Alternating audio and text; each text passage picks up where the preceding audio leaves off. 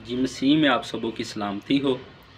आज हम देखेंगे कलाम मुक़द्दस में से हमारी हदायत और रहनुमाई के लिए हमारे लिए क्या है, कौन सी आयत है, कौन से हवाला जात है। मत्ती की इंजील उसके दूसरे बाब की 7वीं और 8वीं आयत को हम तलावत करते हैं और सीखते हैं। उसमें कुछ यूँ लिखा है,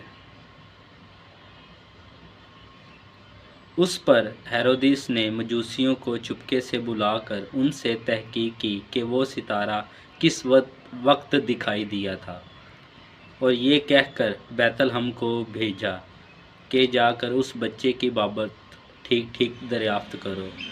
अगर वो मिले तो मुझे ख़बर दो ताकि मैं भी आकर उसे सिजदा करूं। कलाम मुक़द्दस में से कलाम मुक़द्दस का पढ़ा और सुना जाना हम सबों के लिए बायस बरकत हो।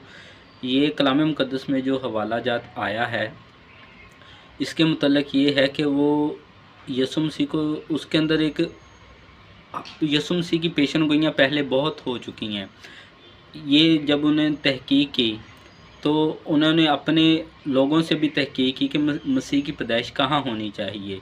तो उन्होंने बताया था कि यहूदिया के बैतलहम में, इसलिए उस बादशाह ने उनको बैतलहम को भेजा।